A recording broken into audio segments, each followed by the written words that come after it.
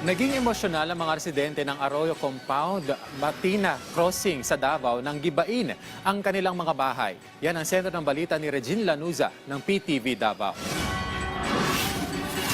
Emosyonal na nasaksihan ni Connie ang paggiba sa kanyang bahay sa demolisyon sa Arroyo Compound, Barangay Matina Crossing, Davao City. Nakuha niya ang kanilang mga gamit pero hindi niya inasahan na agad masasama ang kanilang bahay sa mga gigibain. Wala na siyang magagawa kundi ibenta ang mga mapakikinabangan sa kanyang ginibang bahay. Mabigyan ng ng tulong yung mga di ba, yung mga nawala ng bahay. Di ba, yun na importante man. Mismong si Giselle naman ang nagkusang gumiba sa kanyang bahay upang masigurong mapapakinabangan pa ang mga kahoy at yero. 3 araw na siyang walang maayos na tulog at kain matapos nilang mabalitaan ang demolisyon.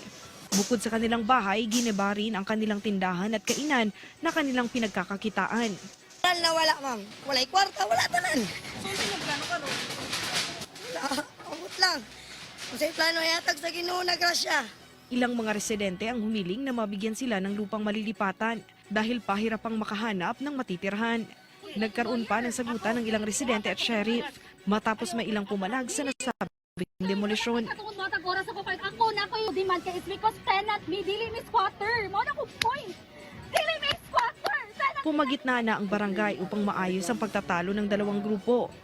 Nagdeploy rin ng mga pulis upang mapanatiling maayos ang pagpapatupad ng demolisyon. Ayon sa Davao City Police Office, kasama sa i-demolish ang Talomo Police Station. Hinahanapan pa natin at ang alam ko parang meron ding lugar na mapaglalagyan within Talomo pa rin.